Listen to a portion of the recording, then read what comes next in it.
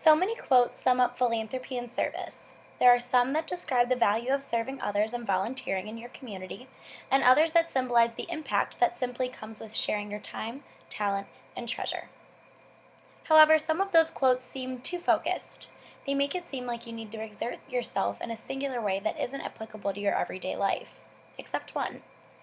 A wonderful man named Buddha described this random pay it forward acts beautifully and simply. 1,000 candles can be lit from a single flame. Happiness never decreases from being shared. The flame is simple. It's symbolic of any single person who simply wants to make the world a little brighter through his or her own contributions of happiness and positivity. It's symbolic of paying it forward. And although a lot of people value their interactions and their spread of happiness with others based on face to face communication, there are ways you can build relationships and serve others that require no personal interaction. Sometimes the simplest things can be done anonymously and have a large impact on any one person's day. For my first Pay It Forward act, I chose something that I do in my own life every day. Who doesn't love a lucky penny? Maybe it's petty of me, but my day is always a little brighter when I see a heads up penny on my way to class or a meeting. But what about those days that I'm feeling especially anxious or stressed and I don't see a lucky penny?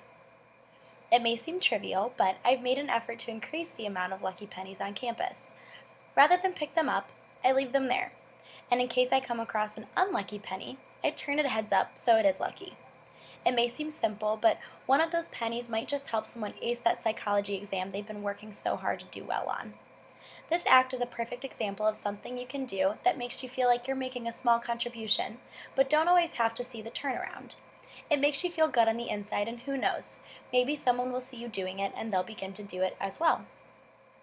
People shy from small acts of service because they don't feel like they're making enough of an impact, but that's the best part of service. It can be anything you want it to be, as long as you feel good about your actions.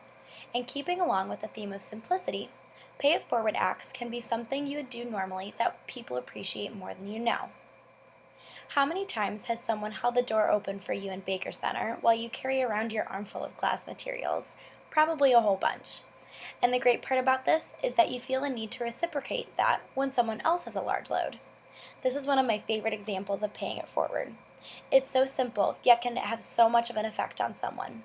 Something like holding a door open or helping their backpack onto their other shoulder can really be meaningful, and I try to accomplish one act of service such as these every single day. They're easily passed on to others, and other students and professors easily notice them as well. It creates a philanthropic culture on campus with such a simple act. Now that we have an example of a face to face act of service as well as an anonymous one, we can discuss the option to combine the two from the standpoint that you can complete an anonymous act but ensure more of a direct connection with those who you are trying to serve. One night last semester, a few of my friends and myself wrote positive sayings on over 200 pieces of construction paper and hung them on buildings all across campus. Although it was anonymous, we included a hashtag and people were tweeting and posting about it, which was so great to see. People had their days affected by this random act of kindness, and they were inspired to pay it forward through social media. I learned that students loved spreading happiness if they are prompted to. It was really inspiring to see students react the way they did. Although that was more of a larger scale act of service and took more time than other people might want to invest, it may have inspired them to do something similar, even if it was leaving a note for their roommate or sending a good luck to that text to their friend who had an exam that day. Remember that flame? The flame represents students, mothers, fathers, sons, daughters, the rich and the less fortunate. It represents everyone. The flame can be a check donated to an organization, or the flame can just be a simple smile. It represents all types of service. Regardless, it's a flame. That flame ignites others' flames without ever dwindling.